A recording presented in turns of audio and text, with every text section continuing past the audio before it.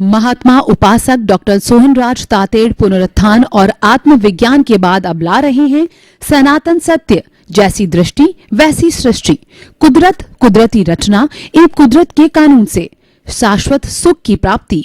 Log in करें www.drsohanrajtater.com, YouTube channel doctor Sohanraj Tated, play store से download करें mobile app doctor Sohanraj Tated. चंदेषु निम्मलयरा आयिचेषु अयं पयासैरा सागरवर गंभीरा सिद्धा सिद्धिं मम दिशन्तु, सिद्धा सिद्धिं मम दिशन्तु। भक्त ने भगवान से प्रार्थना की कि हे प्रभु, आप अनंत ज्ञान, अनंत दर्शन, अनंत शक्ति और सुख का धाम हो। आप जो हिमालय की तरह विशाल हो, समुद्र की तरह गहरे हो, और आप रिद्धि सिद्धि प्रदाता हो, आप मुक्ति प्रदाता हो। मुझे भी मुक्ति प्रदान करो और मुझे शक्ति दो, जागृति दो मुक्ति की ओर बढ़ने की। भाई और बहनों, मातृशक्ति को नमन। आज का हमारा बहुत सुंदर विषय अंतराल गति। गति का मतलब है मोशन करना, स्पीड के अंदर चलना, उसको गति कहते हैं। और यहां अंतराल गति से अर्थ यह है कि गीता में जैसा भगवान कृष्ण ने कहा है कि जब कोई भी व्यक्ति पुराना कपड़ा जीर्ण शीर्ण हो जाता है तो उस कपड़े को फेंक करके और नया वस्त्र धारण करता है, उसी प्रकार ये आत्मा जो है जब इस शरीर का भुगतान पूरा हो जाता है, आयुष्य कर्म संपन्न हो जाता है, तो ये आत्मा उस शरीर को छोड़ करके और अन्य शरीर के अंदर चली जाती है। तो अब प्रश्न ये खड़ा होता है कि आत्मा जाती कैसे? ये बड़ा इंटरेस्टिंग विषय है। ये समझने की बात है कि आत्मा एक शरीर को छोड़ के दूसरे शरीर में कैसे जाती है। हम देखते हैं कि हमारा कोई भी क्लोज रिलेटिव है, वह अगर आईसीयू के अंदर है और वो लास्ट जो है वो उसकी लास्ट ब्रीथ पे यानी अंतिम सांसें गिन रहा है, तो हमारी उस समय में लास्ट समय में जब बात होती तो बकायदा अच्छी तरह से बात करता है, लेकिन कुछ ही क्षणों के अंदर मालूम पड़ता है कि उसकी अंतिम सांस निकल गई, राम नाम सत्य हो गया और उसने बोलना बंद कर दिया और डॉक्टर ने सारा परीक्षण करके ये बता दिया है कि नाउ ही इज डेड।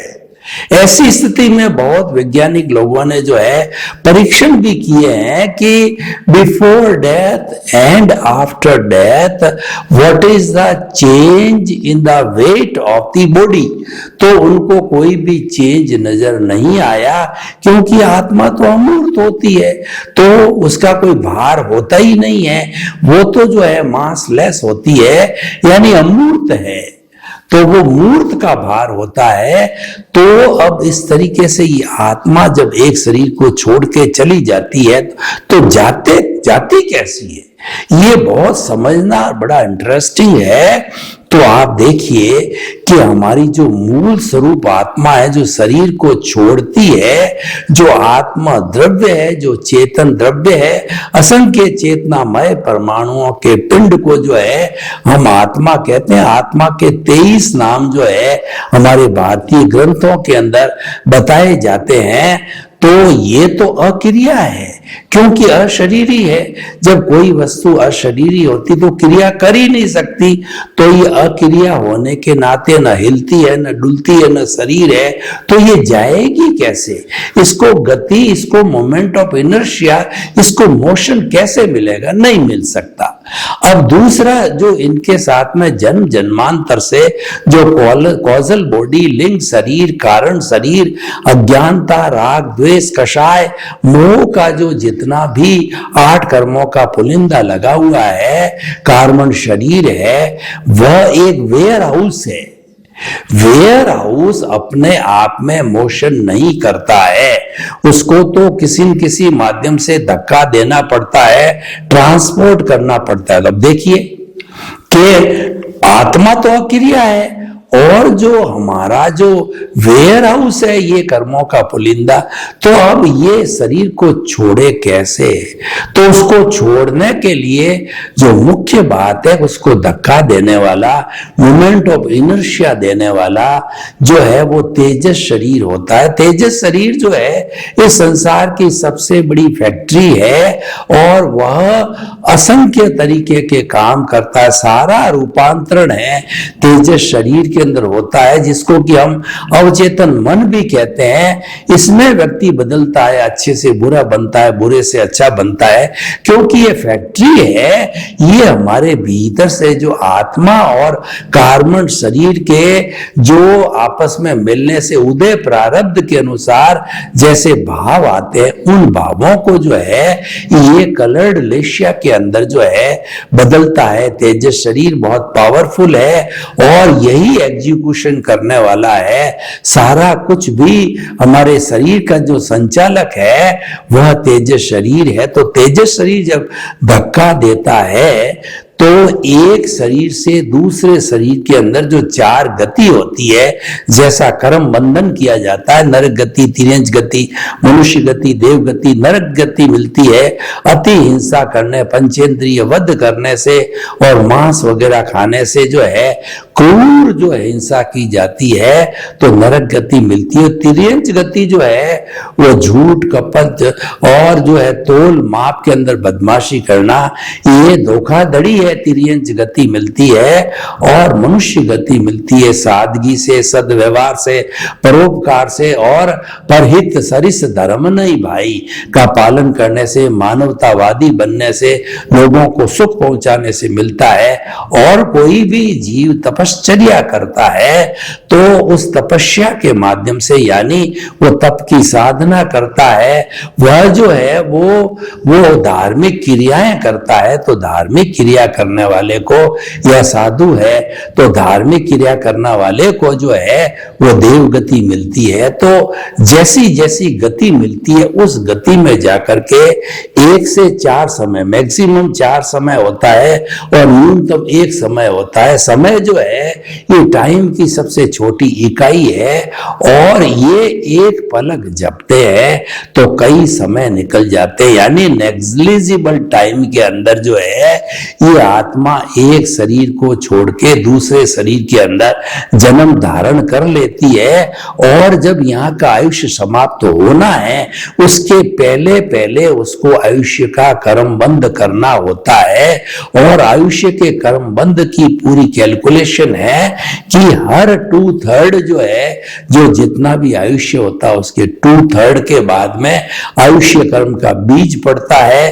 और वो हर बार जब उसका 2/3 जाने के बाद में जो पीछे 1/3 बचा उसका फिर 2/3 के बाद, फिर जो उसका 1/3 बचा उसके 2/3 के बाद में, तो यानी मनुष्य जीवन जो है वह एक जन्म का या अधिकतम 8 जन्मों का जो है कर्मों का बंधन कर सकता है।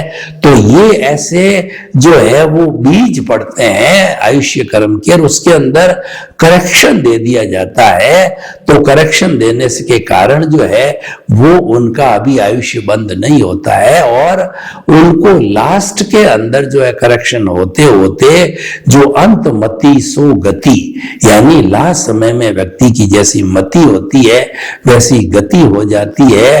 और जो है उसके अलावा इस गति के मिलने के साथ साथ के अंदर आदमी का अगला आयुष्य कर्म भी फिक्स हो जाता है, कितने वर्ष का है, और गति, जाति और इंद्रिय सब कुछ जो है पहले डिसाइड होने के बाद ही आत्मा आयुष्य की संपन्नता करती। उसके पहले पहले ये सारा डिसाइड हो जाना जरूरी है, और ये डिसाइड होने के बाद में ये शरीर छोड़ करके और ये आत्मा दूसरे शरीर में चली जाती है।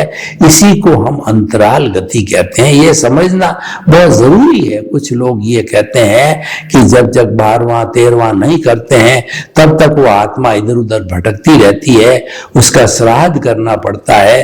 वो अपनी अपनी मान्यता है, लेकिन हमारी जैन धर्म की जो मान्यता है कि आत्मा तुरंत ही जो है वो दूसरे जो है शरीर के अंदर वो जन्म धारण कर लेती है और कर्मों का जो है बंधन है वो चलता रहता। अब हमने अंतराल गति के बारे के अंदर सोचा तो हमें ये चिंतन करना चाहिए कि इस जीवन के अंदर नरक गति, तिर्यंच गति, क्योंकि अंतराल गति से जाना निश्चित है, क्योंकि कोई भी व्यक्ति इस दुनिया में अमर नहीं होकर के आता है।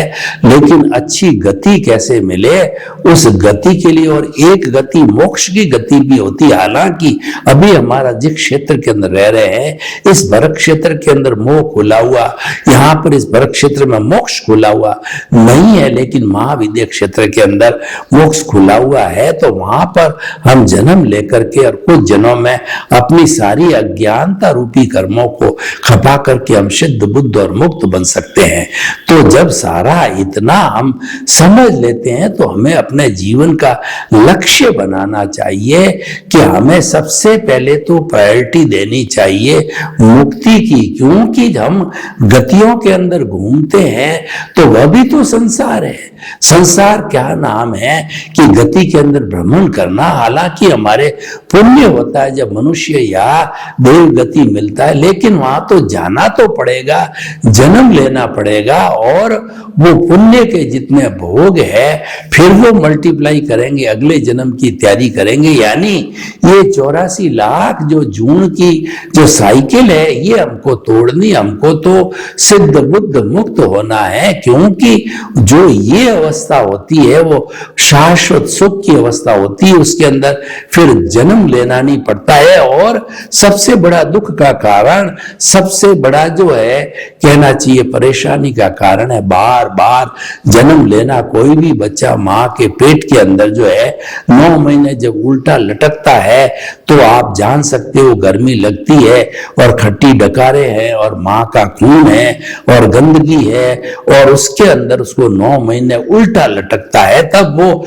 भगवान से, प्रभु से प्रार्थना करता है कि मुझे जल्दी जो है इस दुर्गंध वाले वातावरण से बाहर निकालो, और बाहर निकल गई मैं प्रभु मैं आपकी भक्ति करूंगा। लेकिन बाहर आता है तो दुनिया की माया की हवा लगती है और फिर वही घोड़ा और वही मैदान व्यक्ति वही करने लग जाता है, और इस तरीके से ये जन्म जन्मांतर में हम घूमते रहते हैं। तो प्रश्न ये है कि हम जन्म जन्मांतर में क्यों घूमें?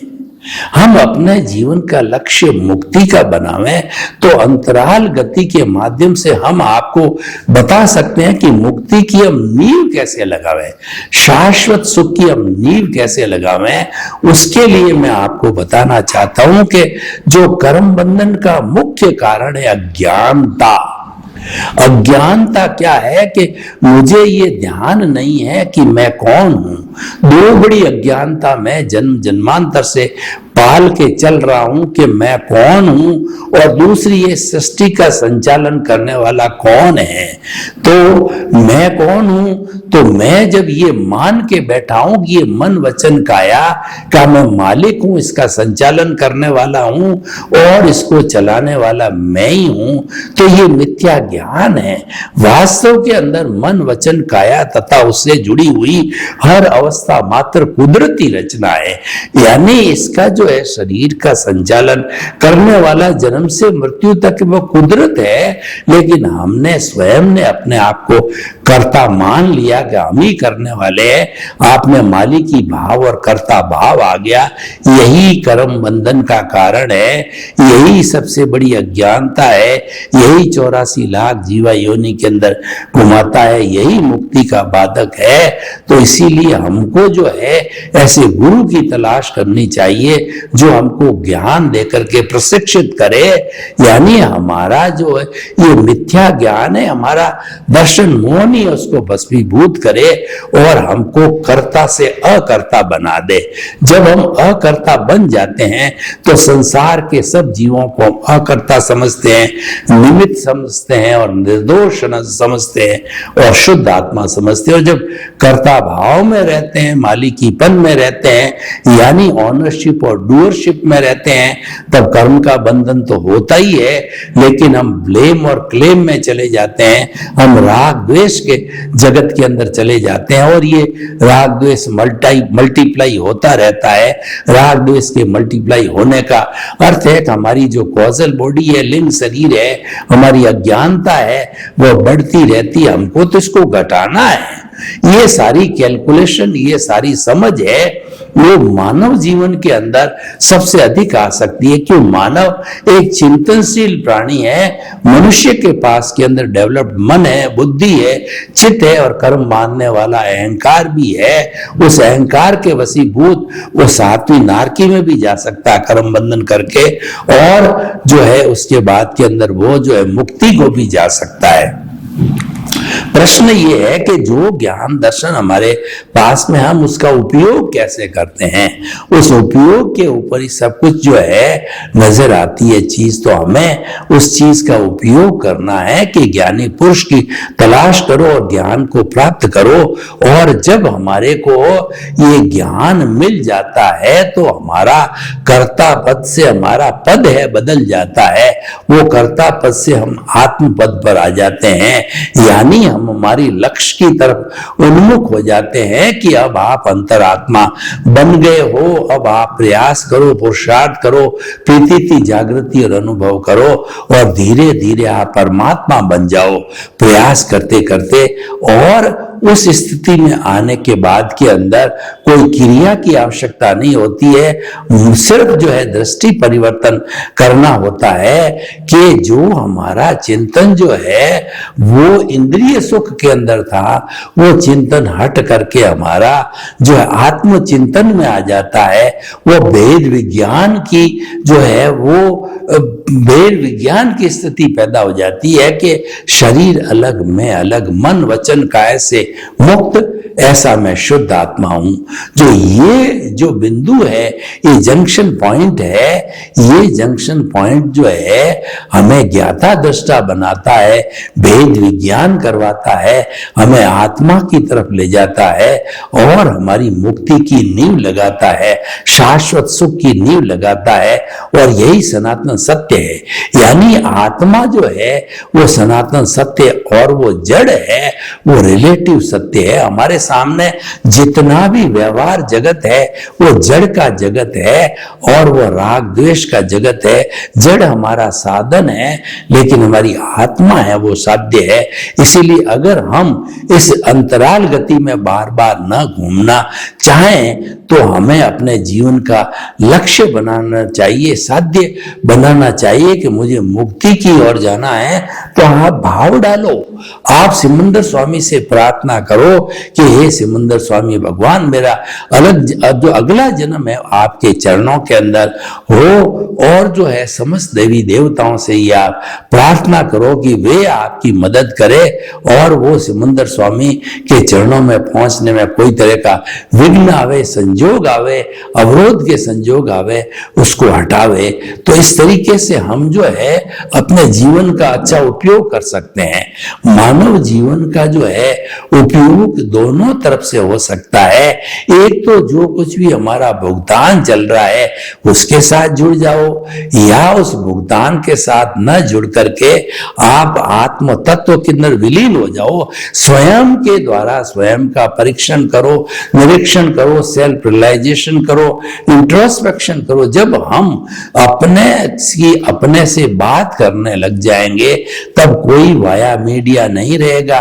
24 आवर्स जो हम यही जागृति बना के रखेंगे कि मन वचन काया से मुक्त, ऐसा मैं शुद्ध आत्मा हूं। मन वचन काया तो एक भुगतान का साधन है। जो साधन वो तो पूर्व जन्म की लायबिलिटी है, पूर्व जन्म का जो है वो हिसाब है, वो तो हिसाब चलेगा ही, आप उसको रोक नहीं सकते हो।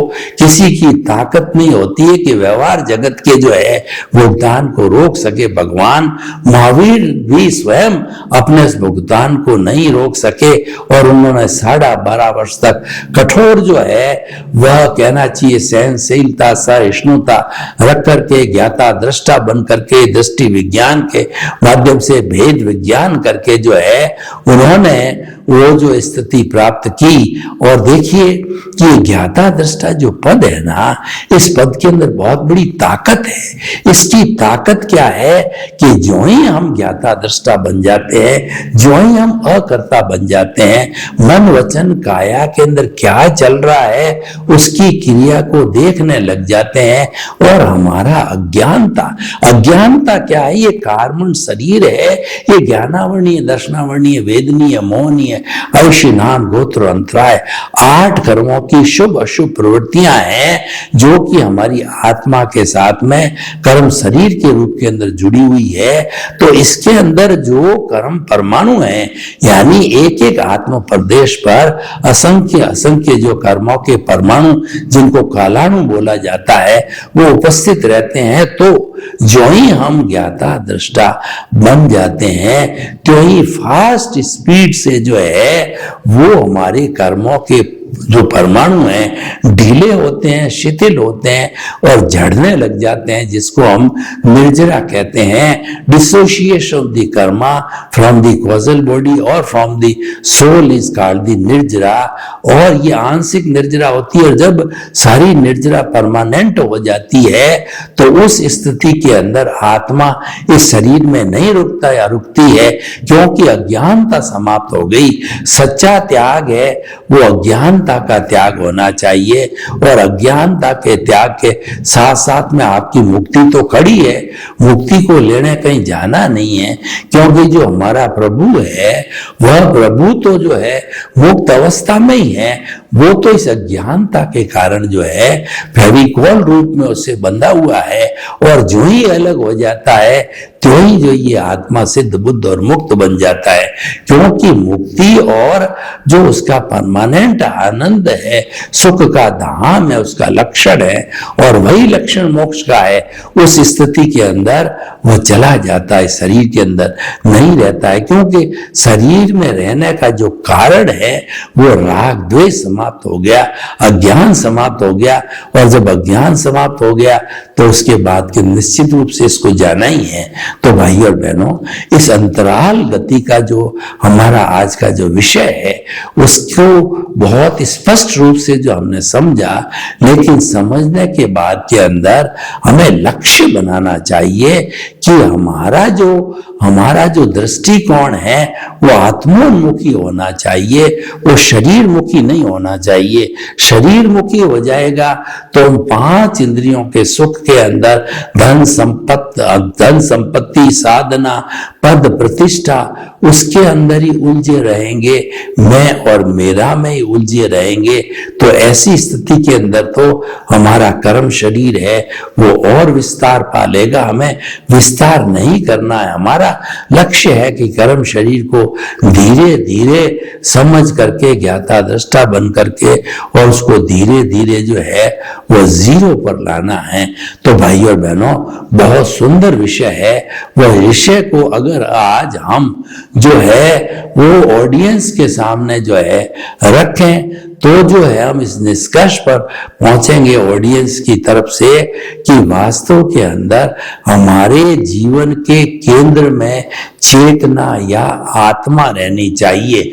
अगर केंद्र के अंदर आत्मा है तो हम किसी भी बुराई के शिकार नहीं हो सकते हैं, क्योंकि आत्मा जो है वो अजर अमर और अविनाशी है और वह जो है वो सब अच्छाइयों का पुंज है।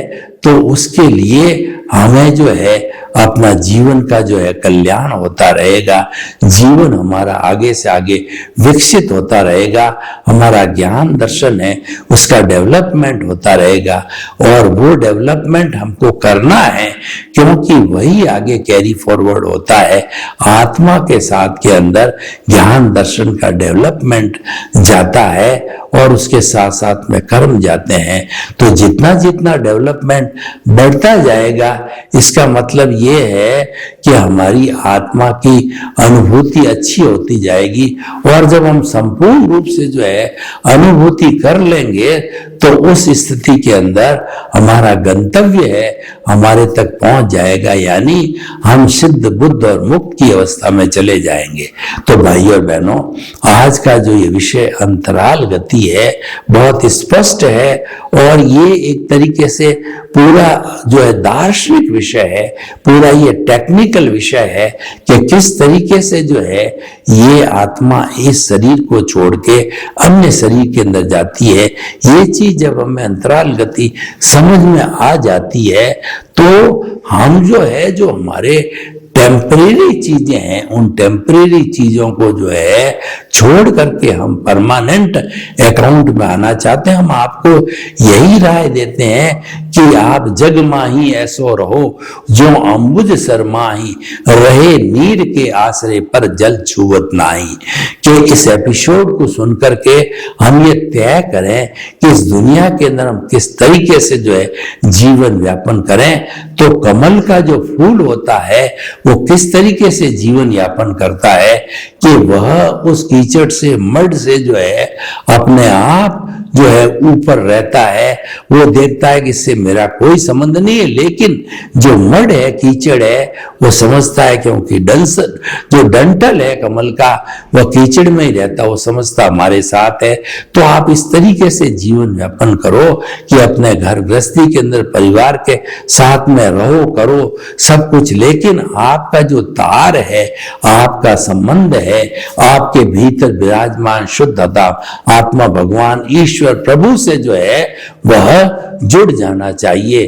तो इस तरीके से बहुत सुंदर विषय को हमने समझ करके अपने जीवन का लक्ष्य बनाया। सर्वे भवन्तु सुखिनः, सर्वे सन्तु निरामया, लोक के सब जीवों को सुख मिले, शांति मिले, आनंद मिले, प्रेम मिले, सौहार्द मिले।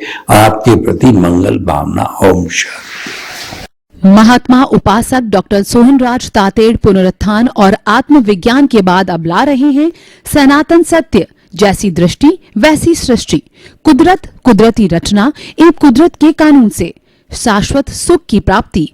लॉग इन करें www.drsohanrajtater.com, YouTube channel doctor Sohanraj Tated, play store से डाउनलोड करें mobile app doctor Sohanraj Tated.